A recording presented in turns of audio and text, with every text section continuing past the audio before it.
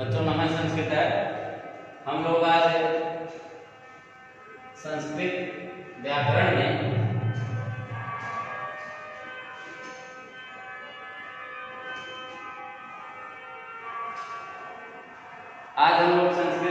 में पढ़ेंगे। क्या पढ़ेंगे संस्कृत व्याकरण में?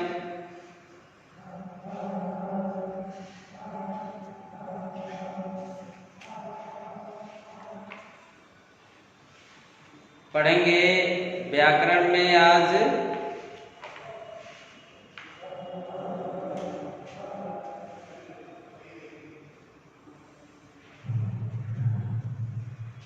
उस दिन हम लोग क्या पढ़ रहे थे? संधि। संधि में हम लोग पढ़ क्या रहे थे? दो संधियां पढ़े थे, एक पढ़े थे दीर्घ और दूसरा गुण। आज हम लोग पढ़ेंगे यण संधि। अब कक्षा 6 के बच्चे कहेंगे गुरुजी हमारे किताब में नहीं है। आपके किताब में नहीं है तो क्या हुआ? हर चीज किताब से ही पढ़ी जाती है। आइए मेरे साथ पढ़िए यण संधि। जैसे गुण संधि है स्वर संधि में, वैसे यण संधि। आज हम लोग पढ़ेंगे यण संधि। यण संधि मिला। अब इस यण संधि में सबसे पहले इसका सूत्र क्या है? इसका सूत्र है इको यणच। बच्चों एक निर्देश आपके लिए कि मैं ब्लूटूथ लगाया हूं, मेरी आवाज आप तक जा रही है, लेकिन वीडियो में आपको कुछ म्यूजिक की आवाज सुनाई देगी। ठीक है, तो मैं आपसे अनुरोध करता हूं कि उसको नजरअंदाज करते हुए ये वीडियो देखिएगा। अब इसको बंद भी नहीं करवा सकते क्योंकि बगल में बसपा कार्यालय है और वहां उन लोगों का कोई कार्यक्रम चल रहा है, तो वो बंद तो हो नहीं सकता। और हमको पढ़ना भी उतना जरूरी है जितना उनको कार्यक्रम करना जरूरी है। तो हम अपना काम करें और वो अपना काम करें। तो हमने इसीलिए खिड़की उड़की बंद कर रखा है, लेकिन थोड़ी बहुत आवाज फिर भी आ रही है। तो आप लोग जो है, आप लोग अनिवार्य रूप से इको यणच पढ़िए, मन से पढ़िए। मैं जा रहा हूँ, मेरी आवाज आप तक पहुंचेगी। तो आइए ये देखिए, इको यणच में एक शब्द है इक।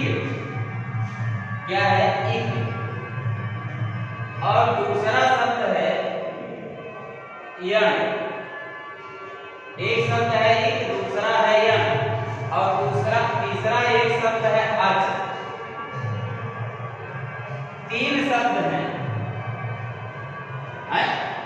तीसरा है अच। तीनों का मतलब जाने इक क्या है। अब माहेश्वर सूत्र आप याद करिए, प्रत्याहार याद करिए कि इक एक प्रत्याहार है। क्या है? इक एक प्रत्याहार है। इसका वर्ण क्या होता है? ई, उ, री, री।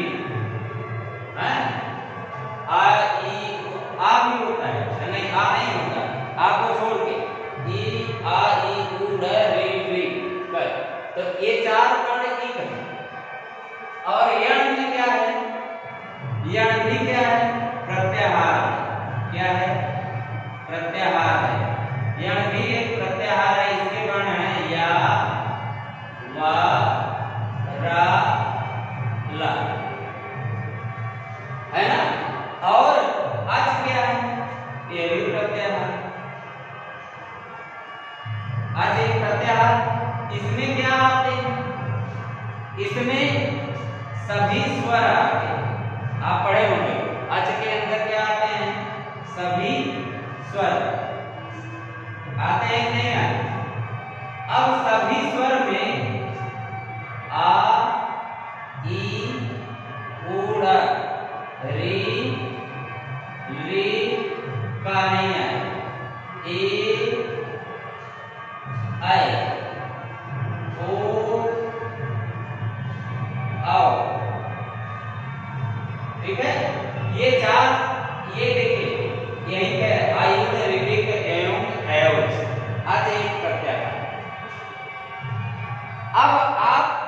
इसका भाव समझ लीजिए।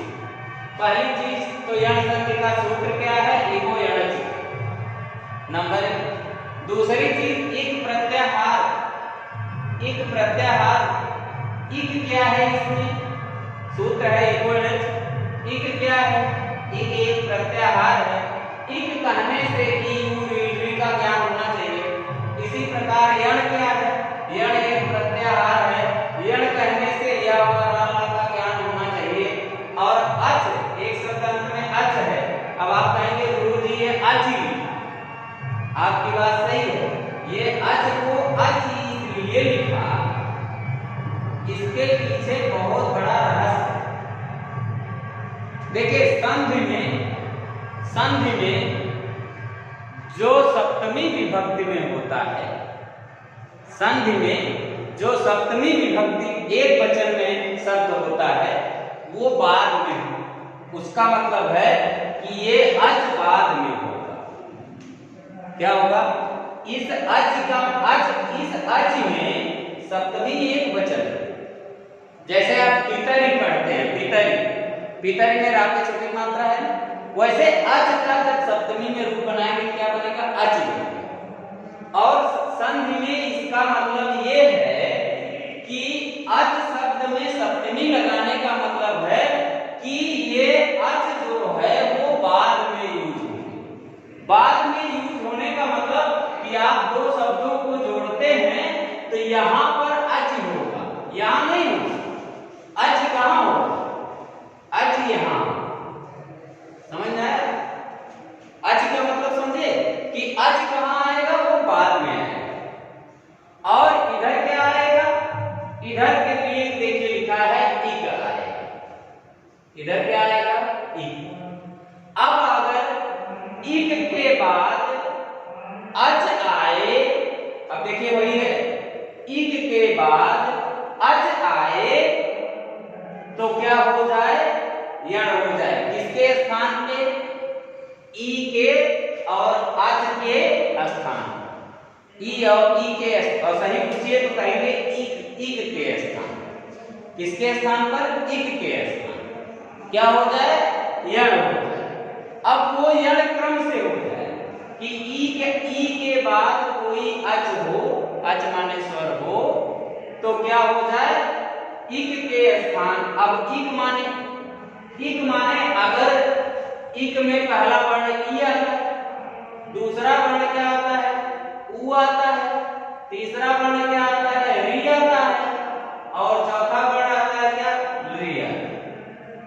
अब अगर ये है इक और इनके बाद कोई स्वर है, मान लीजिए यहाँ आ गया, यहाँ पर ई आ गया, यहाँ पर क्या आ गया, यहाँ मान लीजिए उ आ गया, है कि नहीं, क्या आ गया, नहीं, मान लीजिए कि हाँ उ ही, मान लीजिए उ भी एक स्वर है कि नहीं, तो क्या हो जाएगा, ऐसे मान लीजिए ली है, ली के बाद आ गया, कुछ भी स्वर, मतलब कोई भी स्वर आ गया, तो ऐसी स्थितियों में ई के स्थान पर क्या बनेगा, या उ के स्थान पर क्या बनेगा, वा, और री के स्थान पर क्या बनेगा, री के स्थान पर रा, और री के स्थान पर क्या बनेगा, ला।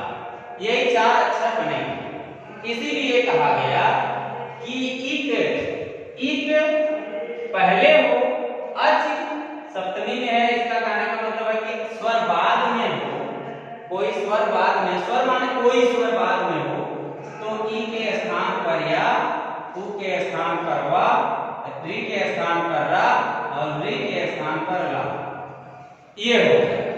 इसी को हम एक शब्द में बच्चों को रटा करके पढ़ाते हैं। क्या करते हैं, बच्चों को हम रटा के पढ़ा देते हैं कि बच्चों जब ई उ री के बाद कोई स्वर आए तो ई का या हो जाता है, उ का वा हो जाता है, री का रा हो जाता है, री का ला हो जाता है। ये कौन सा तरीका पढ़ाने का, ये पढ़ा रहे हैं, इसका मतलब आप खुद ही नहीं कुछ जानते हैं। मैं आपके ऊपर खंडन कर रहा हूं, आप माने मैं ऐसे शिक्षकों के ऊपर खंडन कर रहा हूं कि अगर बच्चों को ऐसे पढ़ा रहे हैं वो संधि तो मत पढ़ाएं। ये तो अधूरा ज्ञान आप दे रहे हैं कि बच्चे से अगर तनिक भी दाएं बाएं से कुछ पूछ लिया जाए घुमा के तो आपका शिष्य तुरंत वहीं चित्त हो जाएगा।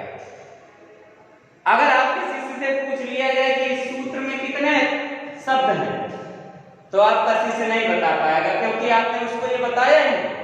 अगर आपके शिष्य से पूछ लिया गया कि इसमें बेटा एक शब्द है अच, सबसे लास्ट में क्या लिखा है तीसरा शब्द, तो वो कहेगा ना, अगर हमने पढ़ाया है कहेगा कि ये गुरुजी ये अच लिखा है। अच्छा बेटा ये अच में कौन विभक्ति है, तुरंत वो बताएगा सप्तमी एकवचन है। अच्छा ये बताओ क्यों अच में सप्तमी लिखी है, तो वो ये भी बताएगा गुरुजी बताए थे कि जहां सप्तमी विभक्ति होती है वो शब्द संधि में बाद में यूज होता है, तो अच माने स्वर होता है और इस संधि में सभी स्वर क्या होते हैं बाद में प्रयोग किए जाते हैं। बताओ ये कॉन्सेप्ट कितना अच्छा है, आप ऐसे संधि पढ़ो, है कि नहीं? मैं आपके लिए नहीं कर रहा हूं। अगर ये वीडियो मेरा कोई शिक्षक देख रहा हो या आपके घर में कोई शिक्षक हो, मैं ऐसा नहीं कि मैं अपनी प्रशंसा करने के लिए आपको पढ़ा रहा हूं, मैं ये कह रहा हूं कि ऐसे रट के अगर आप पढ़ते हैं तो भी गड़बड़। जब आप इसको मैथ के फार्मूले से पढ़ेंगे तो आपको रटने की जरूरत नहीं होगी, आप सेंटेंस स्वयं बना करके और खुद लिख लेंगे। बात समझ में आई कि नहीं है? तो ये बना आपका ये कि इक और अच, ठीक? तो इको यणच का मतलब समझे आप? इको यणच में इक एक प्रत्याहार है, यण एक प्रत्याहार है, अच में क्या है? अच एक प्रत्याहार है कि नहीं? अब यही बनता है। अब मान लीजिए कि आप देखिए एक शब्द है, मान लीजिए क्या कि स्वागतम आप बनाते हैं, क्या बनाते हैं? आप बनाते हैं स्वागतम। एक मिनट ध्यान दीजिए, स्वागतम। अगर आप स्वागतम पढ़ते हैं, क्या पढ़ते हैं? स्वागतम। अब स्वागतम में एक शब्द है सु और दूसरा शब्द है आगतम, क्या पढ़ते हैं? आगतम पढ़ते हैं। अब सुधन आगतम आप कहते हैं, बच्चा तुरंत बोलेगा स्वागतम संधि से सुधन आगतम। अब यहां आप ध्यान से देखिए कि जब इसको और तोड़ेंगे तो ये सा और इससे अलग होकर के आ गया हूं, यही सा धन बराबर सु नहीं हुआ। अब यहाँ उ आया कि नहीं है? वास्तव में हम सा को आ के साथ जोड़ रहे हैं कि उ को आ के साथ जोड़ रहे हैं? उ को जोड़ रहे हैं, सा को नहीं जोड़ रहे हैं, क्योंकि सा के बाद उ है। आप सु पढ़िए, सु पढ़ने पर पहले उ नहीं बोल रहे हैं, पहले सा पढ़ रहे हैं फिर उ पढ़ रहे हैं, इसलिए उ को जोड़ रहे हैं। अब यहाँ देखिए आ आपके साथ आया और धन गतम आया नहीं है? अब यही तो जुड़ रहे हैं, इधर उ जुड़ रहा है इधर आ जुड़ रहा है, सा तो वैसे है। अब आप कहेंगे कि ये देखो सा से उ को निकाल लिए तो ये क्या हो गया? सा हल्का आधा हो गया।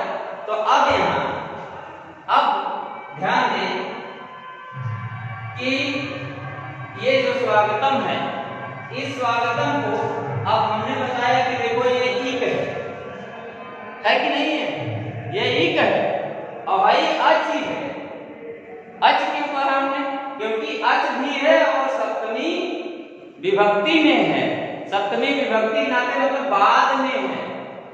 सप्तमी विभक्ति लगाने के पीछे क्या है कि वो आधार होता है, आधार नीचे होता है ऊपर होता है, आधार नीचे होता है, इसलिए आधार ये है, ये बाद में है, आधार के साथ जुड़ रहा है। तो आधार में क्या होती है? सप्तमी विभक्ति। तो ये आ है, आ क्या है? स्वर है।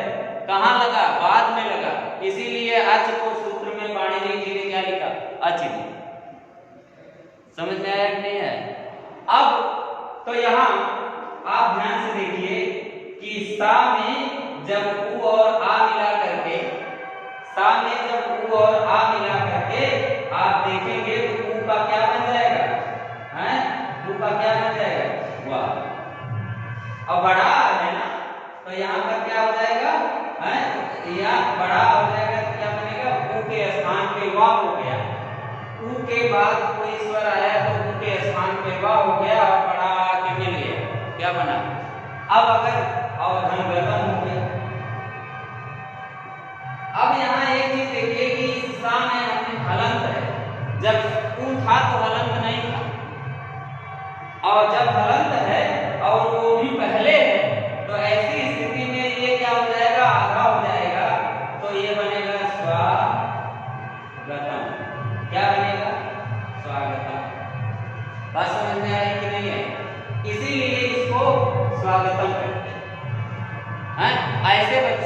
बहुत से और उदाहरण हैं, अगले दिन हम थोड़ी चर्चा कर देंगे, क्योंकि वीडियो तो हमारा लगता है कि खराब हो रहा है, इसमें आवाज़ आ रही है हारमोनियम और तबले ढोलक की।